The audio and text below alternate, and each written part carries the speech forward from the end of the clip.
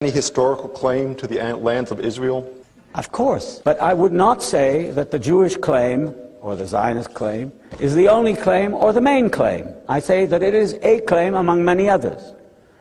Certainly the Arabs have a much greater claim because they have had a longer history of inhabitants, of actual residents in Palestine, than the Jews did.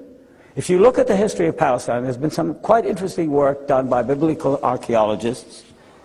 You'll see that the period of actual Israelite, as it was called in the Old Testament, dominance in Palestine amounts to about 200 to 250 years.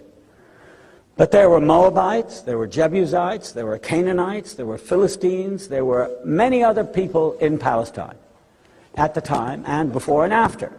And to isolate one of them and say that's the real owner of the land, I mean, that is fundamentalism. Because the only way you could back it up is say, well, God gave it to us. Yes, but I mean, Christians think that God gave it to them, and Muslims think that God gave it to them. I mean, that's not a rational argument.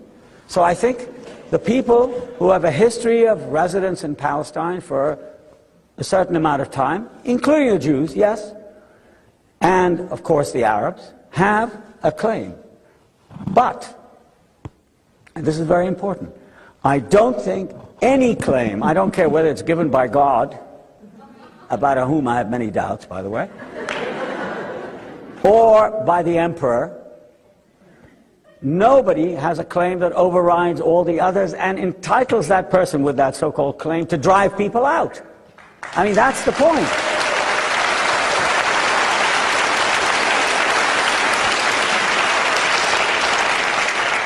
This is a very, very important point. I mean, Jews have a claim, and I've never denied that. Of course they do.